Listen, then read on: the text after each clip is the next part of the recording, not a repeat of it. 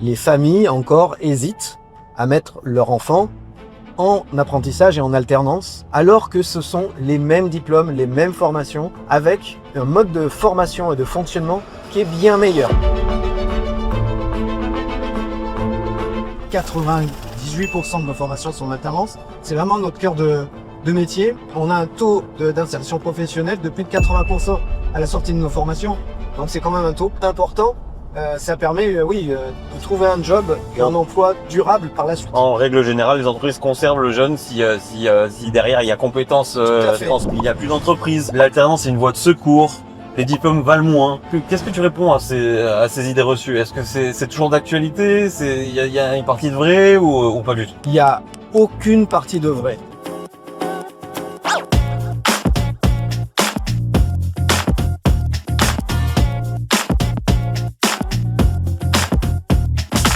Bonjour à toutes et à tous et bienvenue dans Café Campus. Aujourd'hui, un épisode un peu particulier. On est à bord d'une Porsche GT4 RS avec notre directeur commercial David Cavatanta au Campus Sud des Métiers. Pendant une quarantaine de minutes, on va aborder tout un tas de sujets sur l'alternance, les formations, les besoins du campus, les nouveautés pour l'année 2026-2027. Allez, c'est parti. On y va? On y va.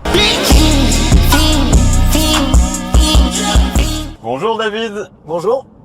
Merci pour l'invitation en tout cas, parce que c'est chouette de pouvoir conduire une voiture comme ça. Si tu avais une minute pour nous convaincre de rejoindre le Campus Sud Métiers, qu'est-ce que tu dirais? Alors si j'avais une minute pour vous convaincre, déjà regardez ce qu'on peut faire au Campus Sud des Métiers, voir des belles voitures. Mais au-delà de tout ça, on a vraiment un outil de formation qui est magnifique. Des espaces vraiment neufs, modernes, avec toute la technologie possible pour pouvoir vraiment se former du mieux possible. On a une place centrale, bien placée, avec tous les transports en commun à côté.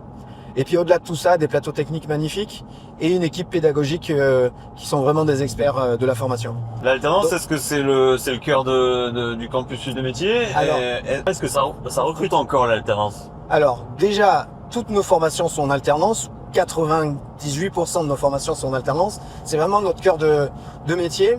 Et bien entendu que les entreprises recrutent des apprentis puisque ça leur permet de former leurs salariés de demain. Et c'est vraiment un bon mode de formation pour rentrer dans la vie active petit à petit et pour l'entreprise de pouvoir former des jeunes comme elles le souhaitent à leurs us et coutumes. Justement, tu parles d'entreprise. On entend plein de choses sur l'alternance, sur les aides qu'on peut avoir au niveau de l'État, tout ça. Est-ce que finalement les entreprises elles recherchent toujours des alternants? C'est toujours quelque chose qui est au cœur de leurs préoccupations? Oui, malgré tout. C'est ce que je viens de te dire. Alors bien entendu, il y a toujours des entreprises qui sont peut-être déçues mais qui reviennent par la suite. Mais dans la généralité, les entreprises aiment justement prendre des personnes pour les former. Parce que ça leur permet, comme je le disais tout à l'heure, ça leur permet vraiment de les former à leur façon de faire. J'entends aussi que c'est aussi un levier RH finalement, parce que les jeunes que tu formes sont beaucoup plus reconnaissants vers l'entreprise et restent plus volontiers dans une entreprise où ils ont été bien formés. Tout à fait. On a un taux d'insertion professionnelle de plus de 80% à la sortie de nos formations, donc c'est quand même un taux important. Ça permet, de trouver un job et un emploi durable par la suite. En règle générale, les entreprises conservent le jeune si derrière il y a compétences Tout à fait. transmises, quoi. Beaucoup d'entreprises se projettent quand elles prennent un jeune, se projettent à l'embauche future. Et du coup, là, tu parlais des raisons, mais c'est quoi les avantages concrets de l'alternance versus un format plutôt en continu? Alors déjà, ça permet de pratiquer réellement en entreprise notre futur métier. Et donc de l'apprendre aussi sur le terrain, plutôt que de l'apprendre que sur les bancs de l'école avec que de la théorie. Il faut savoir que dans une formation classique, je prends un bac pro mécanique auto, en lycée classique, le jeune a maximum une journée d'atelier sur sa semaine de cours. Le reste, c'est des matières générales ou technologiques. Alors que nous, une grande partie du temps, il pratique puisqu'il est en entreprise. Est-ce qu'il faut déjà avoir un peu d'expérience pour faire l'alternance ou pas forcément? Alors pas du tout, puisque on peut intégrer directement après une sortie de troisième un CAP ou un bac en alternance et poursuivre ensuite ses études jusqu'au bac plus 5. Alors après, il existe aussi des reconversions ou des personnes qui ont suivi un cursus plus classique et qui souhaitent continuer en alternance, et ça aussi c'est possible. Il y a souvent des idées reçues qui reviennent dans ce milieu-là, l'alternance. C'est par exemple, il n'y a plus d'entreprise.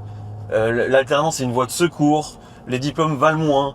Qu'est-ce que tu réponds à ces idées reçues? Est-ce que c'est toujours d'actualité? Il y a une partie de vrai ou pas du tout? Alors, il n'y a aucune partie de vrai. C'est vraiment un ressenti qui reste là depuis l'âge de pierre, je dirais ça comme ça, puisque au contraire, même les bac+5 plébiscitent énormément ce mode de formation, puisque c'est exactement les mêmes diplômes que la personne va avoir que dans une formation qui ne se fait pas en alternance. Quand je vous parle d'un bac pro mécanique auto, c'est le même que l'on peut trouver en lycée professionnel. Quand on prend un BTS management commercial opérationnel, le fameux MCO, c'est le même. Mais d'ailleurs c'est vrai parce que moi j'ai fait mes études il y a une dizaine d'années, un peu plus d'une dizaine d'années, et à la sortie de mes diplômes, il y avait pas autant de choix d'alternance qu'aujourd'hui. Alors ça s'est démocratisé.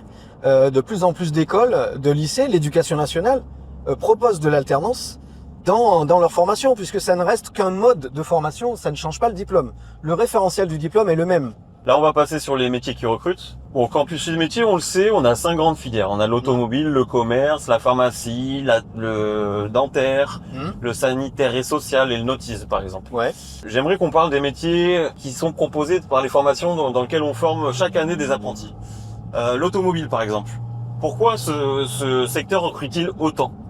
Alors, ce secteur recrute beaucoup, puisque le tissu économique local, donc dans les Alpes-Maritimes, fait qu'il y a énormément d'entreprises, de garages mécaniques ou carrosserie peinture, et dans lequel où il y a des personnes qui partent à la retraite ou qui souhaitent changer de métier parce que ça fait trop longtemps qu'ils le font, et donc il y a un besoin de main d'œuvre et de main d'œuvre qualifiée.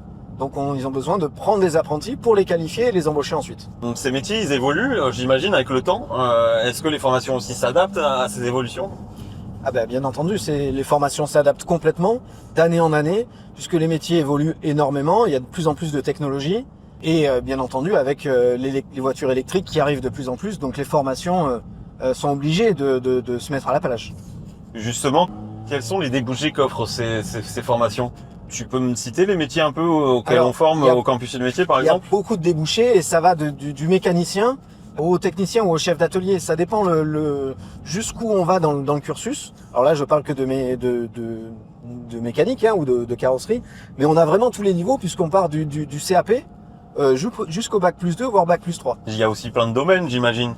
Tu parles de mécanicien, mais oui. On a de l'automobile, on a du transport routier, il me semble. Est-ce que tu peux citer un peu tout ce qu'on peut faire au campus? Tout à fait. Alors, on a tout le panel de formations qui existe dans ce que l'on appelle l'écomobilité. Donc on a des formations en mécanique moto, des formations en mécanique auto, en mécanique poids lourd, transport routier, et bien entendu tout ce qui est l'aspect carrosserie peinture. Là on passe au commerce. Le commerce, on le sait, c'est concurrentiel, il y a beaucoup de demandes, mais pourquoi ça reste quand même un domaine super dynamique et super recherché par les apprentis? Alors ça reste un domaine dynamique parce que ça permet un panel de métiers derrière qui est quand même assez important. Que ce soit directement en magasin ou travailler pour une entreprise à la commercialisation d'un produit, ça peut nous ouvrir les portes vers du marketing ou de la communication selon si on poursuit ses études un peu plus. Donc c'est vrai que c'est des métiers qui laissent une porte ouverte à plein de choix après derrière.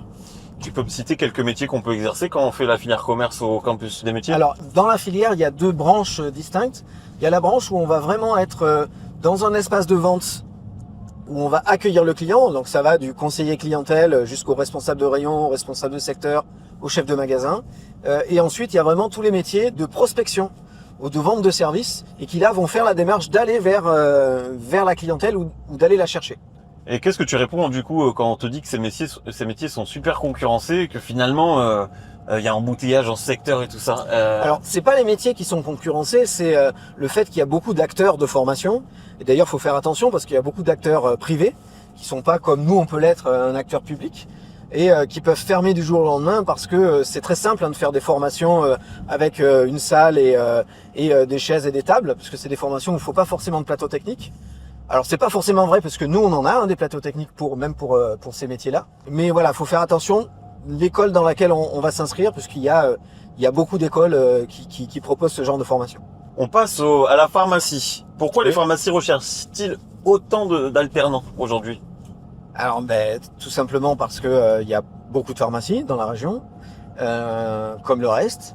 en fait, il y a des équipes avec des rotations et ils ont besoin d'ouvrir sur une large plage horaire dans la journée, aussi le samedi. Donc il y a besoin d'équipes assez fournies et de personnes qualifiées. Les pharmaciens recherchent très régulièrement. C'est un métier qui est en pénurie, hein. Donc il faut pas hésiter à se lancer là-dedans parce que c'est un très très beau métier où il y a beaucoup de demandes. Alors on parle du métier de préparateur en pharmacie, j'imagine que c'est le principal métier qu'on peut exercer dans ce secteur-là. Tout à fait. Après, il y a des spécialisations que nous on propose aussi, soit en herboristerie, aromathérapie, matériel médical ou encore dermocosmétique. Ce métier, il est en constante évolution aussi, j'imagine les besoins des pharmacies changent avec le temps, avec le vieillissement des populations, tout ça. Alors oui, il faut s'adapter. Vous voyez, vous en entendez parler peut-être à la télé, au journal de 20h ou autre, mais les pharmaciens et les pharmacies proposent de plus en plus de services. Ils ont une patientèle avec un espace pour accueillir les personnes et les conseiller et les suivre. Ils font même des vaccins, etc. Donc tout ça, c'est vraiment des choses qui évoluent dans ce métier. Passons au métier de prothésiste dentaire. Pourquoi cette filière est-elle en pleine évolution? Le métier de prothésiste dentaire est un métier assez ancien et qui avait des techniques très manuelles. Et avec tout ce qui est numérique et l'intelligence artificielle, aujourd'hui, le métier évolue complètement et se tourne de plus en plus vers la numérisation 3D et le travail sur ordinateur. Donc c'est pour ça qu'il est en pleine évolution par rapport à ça. Ce qui fait que les laboratoires doivent investir énormément. Et ce que l'on voit apparaître sur le marché, c'est que les laboratoires se font racheter, deviennent des laboratoires de plus en plus gros et ouvrent des postes sur des métiers nouveaux. Alors les métiers anciens existent toujours, puisqu'il y a toujours besoin de la partie manuelle, mais il y a une carte en plus, une corde à l'arc du prothésiste dentaire qui est supplémentaire, c'est la partie numérique. Donc faire prothésiste dentaire mais pas se spécialiser dans le numérique, c'est une erreur finalement. Tout à fait. Nous d'ailleurs dans nos formations, aujourd'hui on ne peut plus voir que la partie, je dirais, classique du métier, mais on voit forcément la partie numérique. En plus j'entends souvent que c'est un métier où on gagne super bien sa vie finalement quand on sort des études par rapport à un autre métier. Tout à fait, c'est un métier qui est très très bien payé puisque la compétence recherchée est rare. Quelqu'un de bon est très vite connu et reconnu dans le métier et chassé, hein, tout simplement. Donc ça c'est vrai, c'est une réalité aujourd'hui.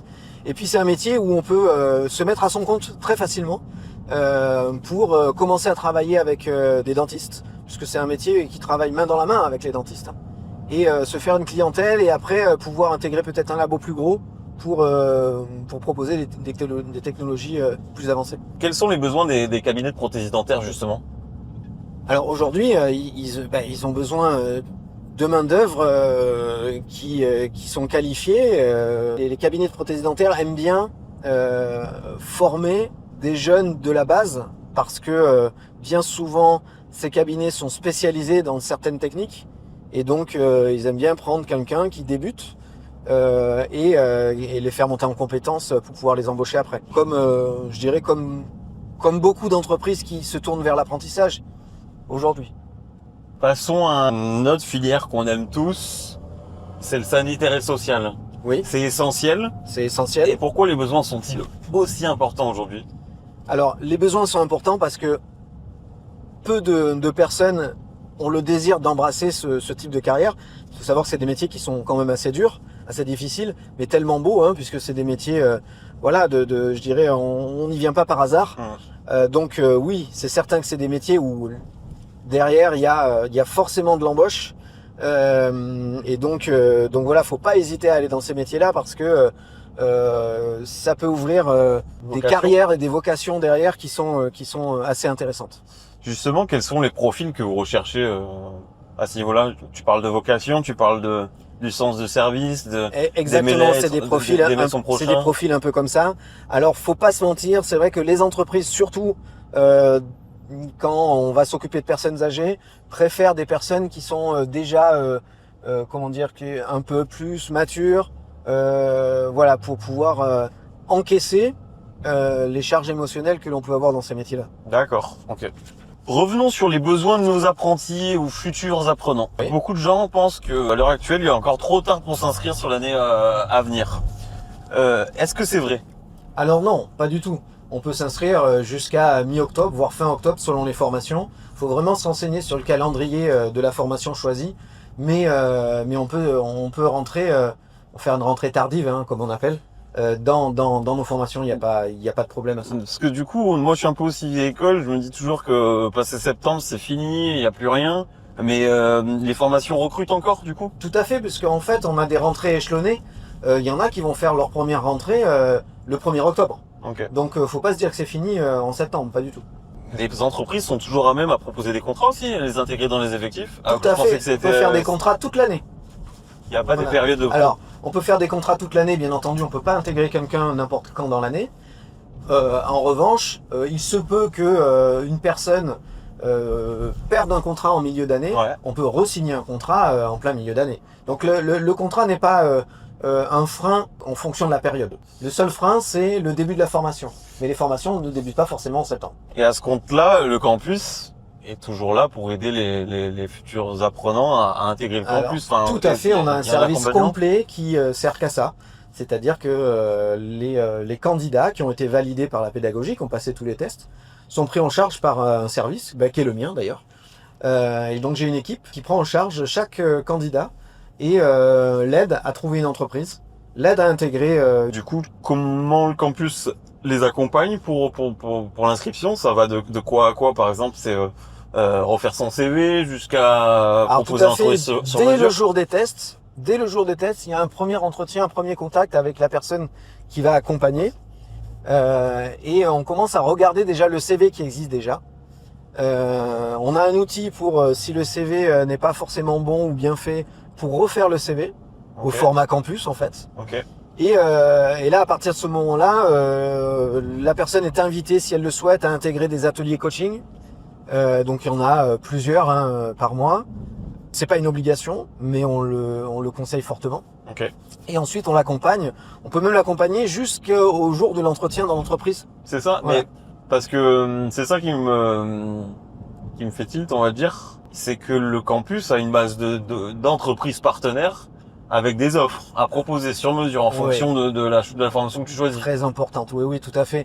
On a, toutes sections confondues, à peu près entre 1000 et 1200 offres par an.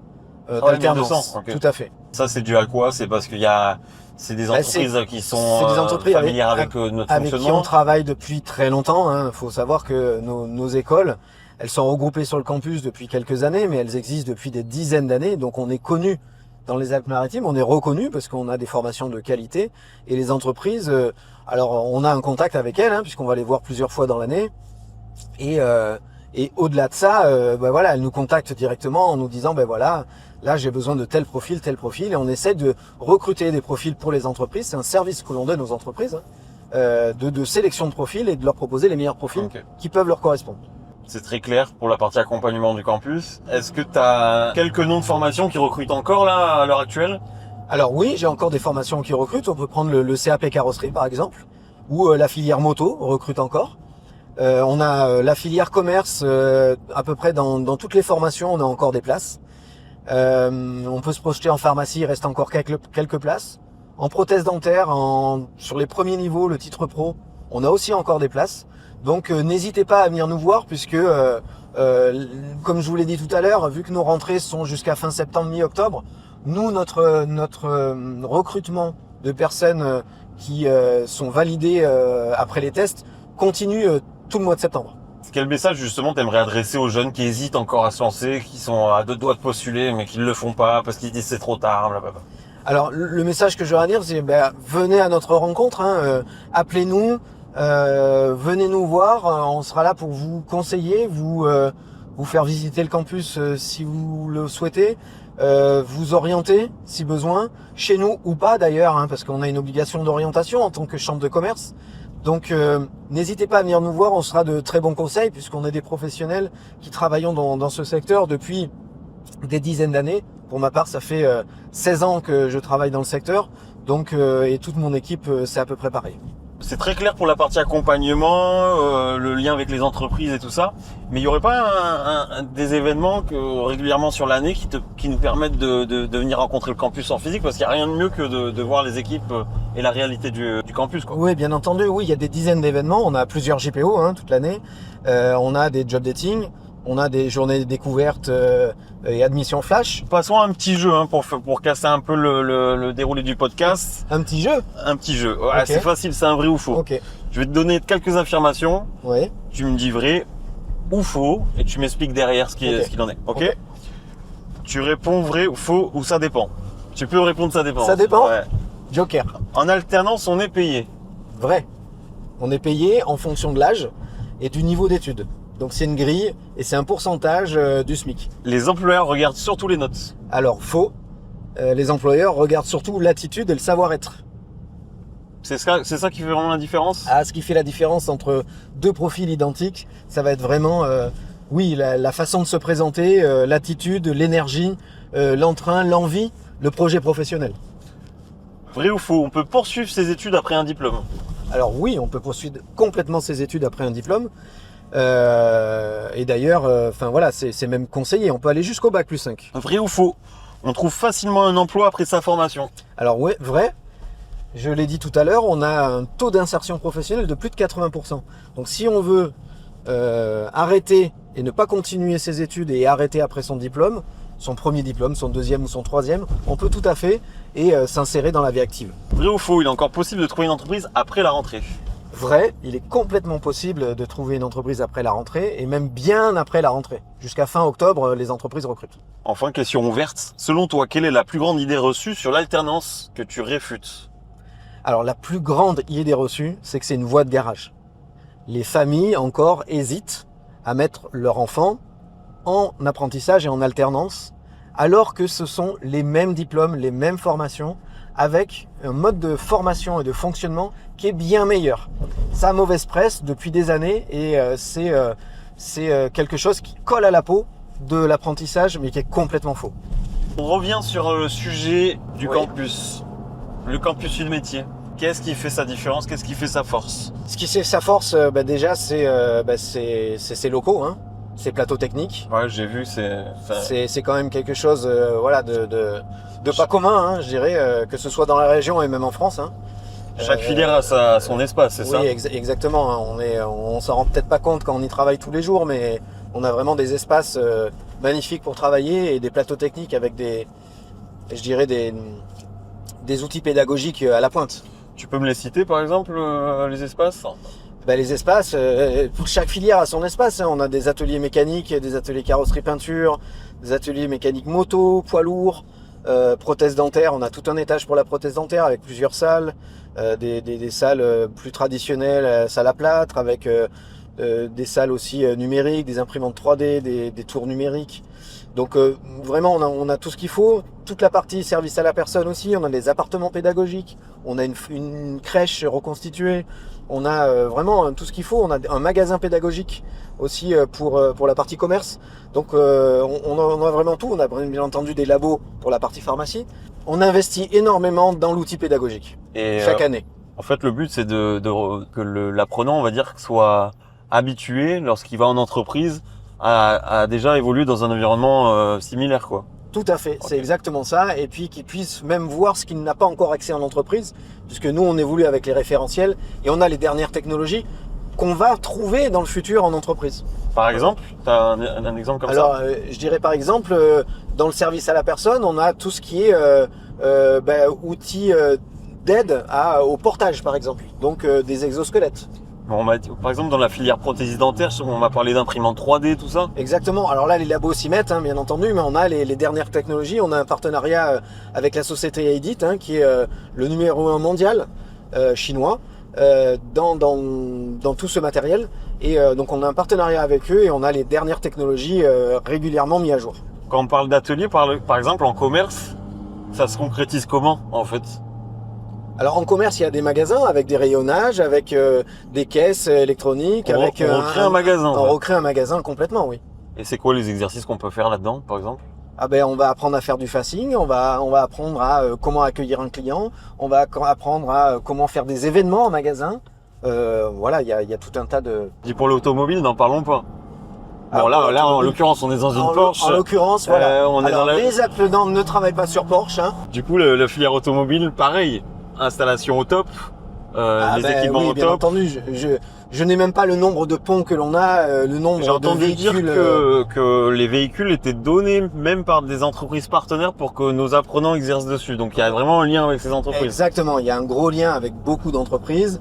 Et pour avoir des véhicules dernière technologie, bien entendu, on a des dons avec ces entreprises, que ce soit Volkswagen, le groupe RRG, Renault, le groupe Stellantis, Citroën et autres, et j'en passe. Donc qu'est-ce qui fait la différence? C'est les locaux.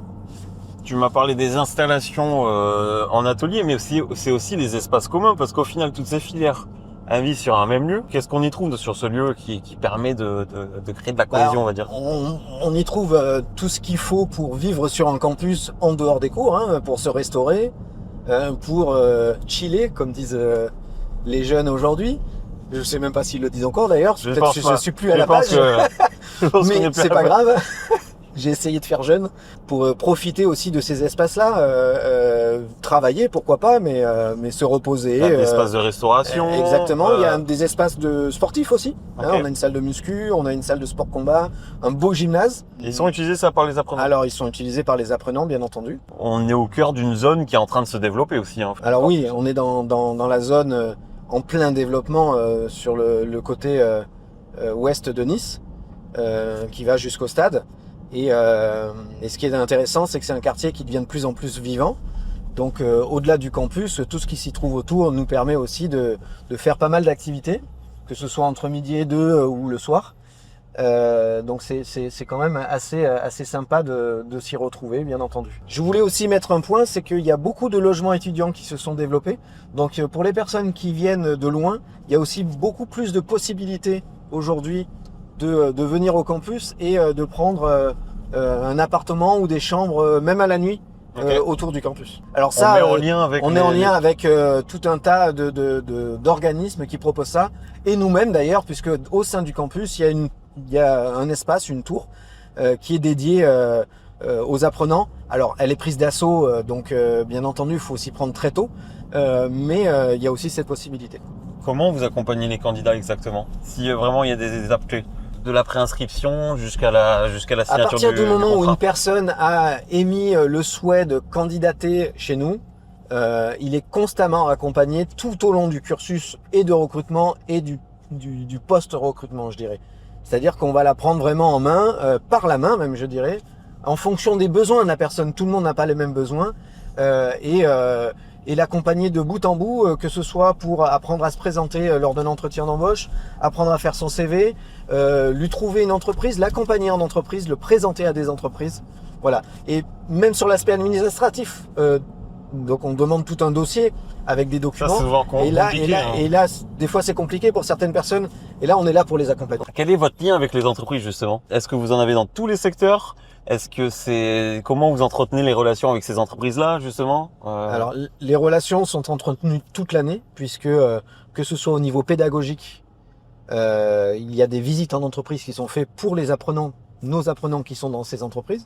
C'est minimum 2 visites par an pédagogiques, plus après toute la relation commerciale que l'on a avec ces entreprises, où on va les voir aussi plusieurs fois dans l'année, et on les a bien entendu très régulièrement au téléphone. Est-ce que toi tu as une réussite d'un apprenant qui t'a marqué au campus et que tu voudrais en faire l'éloge? Comme ça, ce qui me viendrait à l'esprit, c'est dans la filière prothèse dentaire. On propose aux apprenants de s'inscrire au meilleur apprenti de France, au MAF. Okay. L'année dernière, nous avons eu une apprentie qui s'est présentée donc à ces MAF et qui a fini médaille d'or nationale de sa catégorie, et même dans les médailles d'or nationales qui était la première. Donc c'est vraiment une fierté, et c'est une jeune fille qui continue dans cette filière-là et qui est très prometteuse et qui est très appréciée en entreprise et qui a vraiment trouvé sa voie. Notre objectif, c'est vraiment de faire en sorte que les jeunes trouvent leur voie et soient heureux dans leur job futur. Et si tu devais Résumer le campus sud des métiers en 3 mots. En mais 3 3 mots. mots clés qui permettraient de le définir. À la pointe de la pédagogie, de la technologie et de ce qu'on peut trouver dans le monde de la formation aujourd'hui. Alors c'est plus de 3 mots, mais c'est tellement bien le campus sud des métiers que 3 mots ça suffisait pas. Quel est le métier qui t'impressionne le plus aujourd'hui au campus? C'est-à-dire de personnes qui travaillent dans le campus Non, le métier auquel on forme au campus et qui t'impressionne le plus. m'impressionne le plus. Moi, par exemple, moi- depuis que j'évolue au campus, j'ai découvert plein de métiers. J'ai des métiers que Ouais. je connaissais pas et je savais pas l'envers du décor. Je te dirais. Alors moi, il y en a 2. Moi, je suis vraiment impressionné par les gens qui ont vraiment un savoir-faire manuel, mais artisanal. Et je dirais que les 2 métiers qui représentent le mieux ça, c'est la peinture, donc les peintres, les carrossiers peintres, et les prothésistes dentaires. C'est 2 métiers qui vraiment, pour moi, je suis fasciné de les voir travailler. À quel niveau un carrossier peintre intervient avec ses mains t'as ce rapport à l'artisanal justement. Eh ben justement, le carrossier va reprendre une tôle, va la former à la main, va pouvoir la souder. Voilà, une partie de voiture qui est complètement détruite, va pouvoir la reformer rien qu'avec ses mains et ensuite la repeindre en faisant la bonne teinte. Il y a vraiment un coup d'œil, il y a vraiment un coup de main avec le pistolet où ben voilà, faut pratiquer. C'est vraiment peut-être même comme un instrument de musique, faut pratiquer des heures et des heures et des heures. C'est vraiment le coup de main. C'est même pas qu'un savoir théorique. C'est ça qui m'impressionne parce que et les meilleurs, faut avoir un talent là-dedans. C'est en ça que je trouve ça passionnant et vraiment intéressant. Pour le prothésiste dentaire aussi, C'est exactement c'est pareil. de la minutie, C'est précision, exactement pareil. Beaucoup de choses se font, je l'ai dit tout à l'heure, via la partie numérique, les imprimantes 3D, etc. Mais tout est repris manuellement par le prothésiste dentaire. Et là, faut le coup de main, l'œil. En plus, c'est très très petit, très minutieux. Il travaille aussi sur le fait que ça va aller en bouche. Là, il faut que la bouche puisse se refermer normalement, que le patient ne ressente rien dans sa bouche. Il faut aussi que la teinte soit la bonne.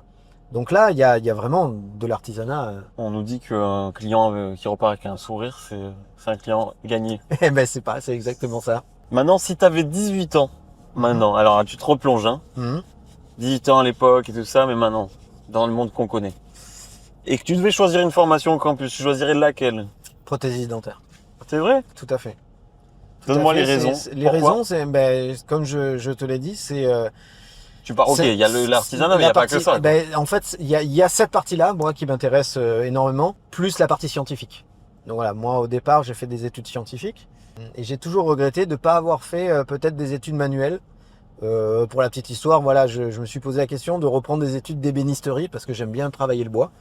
Et donc là, on l'a pas au campus. Hein, tu m'as dit des formations qui sont au campus. Donc si j'avais à choisir une formation au campus, je prendrais celle-ci. Quel est le conseil que tu aurais aimé recevoir à 18 ans et que tu n'as jamais reçu? Ne pas aller à la fac parce qu'il commence le 15 octobre pour faire la fête jusqu'au 15 octobre.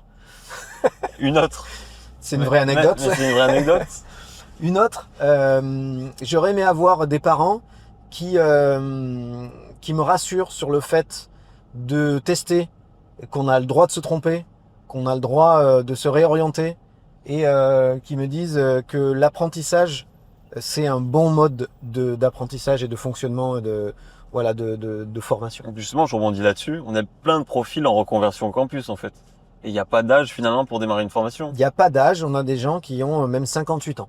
C'est vrai? Tout à fait. Dans quelle filière, par exemple? Pharmacie. En pharmacie? Et par exemple, on peut avoir des contrastes de classes de jeunes qui sortent des études avec des jeunes qui sont en reconversion et ça se passe très bien. Et ça se passe très bien. Alors, des fois, il peut y avoir des tensions. Il faut que chacun y mette du sien. Pas les mêmes Parce que générations. c'est pas les mêmes générations, mais ça se passe très bien en général. Quel conseil tu donnerais à un jeune qui hésite encore? De se renseigner sur les réseaux, de se renseigner sur le web, de venir à notre rencontre pour qu'on puisse discuter avec lui, lui présenter peut-être les formateurs, lui faire visiter le campus. Et voilà, s'il hésite encore, venez vous renseigner et de façon à avoir toutes les informations pour prendre une décision. Voilà, parce que si on hésite, ça veut dire qu'on n'a pas forcément encore eu toutes les informations. Pour toi, quel est le campus idéal, le campus rêvé que tu aimerais proposer Le campus idéal, je dirais qu'on est déjà pas mal. Hein. On est déjà pas mal, donc en faire plus que ce que l'on fait là aujourd'hui, ce serait de créer encore plus de vie extra apprentissage en fait. C'est ce qu'on est en train d'essayer de développer d'ailleurs, parce que sur l'aspect pédagogique, on est déjà vraiment très très avancé. Okay. Voilà. En tout cas, David, merci de m'avoir invité à ce Café Campus un peu particulier. Ça m'a permis de tester cette magnifique Porsche GT4 RS et de prendre plaisir à répondre à tes questions. Bon, bah, c'est avec plaisir. En tout cas, j'espère que tu as passé un bon moment. J'ai passé un super moment. Arrière-pays, maintenant on va faire bord de mer. On a répondu à toutes les questions, je pense, que les gens peuvent se poser dans un cadre magnifique, puisque cette Porsche GT4 RS, c'est ça, hein, je me trompe pas. De toute façon, les équipes sont là. Et c'était super sympa de la conduire. Et puis, les équipes sont là, vous pouvez venir à notre rencontre. Ok. Donc, merci d'avoir partagé cette expérience avec nous. On espère que cette discussion vous aura permis d'en savoir plus sur les formations, sur le campus, sur ce qu'il compose et tout ce qui s'y passe. Si vous cherchez une formation ou une entreprise pour la rentrée, c'est toujours possible de s'inscrire, comme on l'a compris. Nos équipes sont là pour vous aiguiller sur le sujet et pour vous aider à trouver l'entreprise qu'il vous faut. Retrouvez toutes les informations sur le site internet www.campussudmetier.com ou sur les réseaux sociaux du campus. On est partout, hein, sur Facebook, TikTok, LinkedIn, YouTube, Insta. Merci d'avoir écouté cet épisode de Café Campus et on se retrouve bientôt pour un nouvel épisode. À bientôt. Au revoir.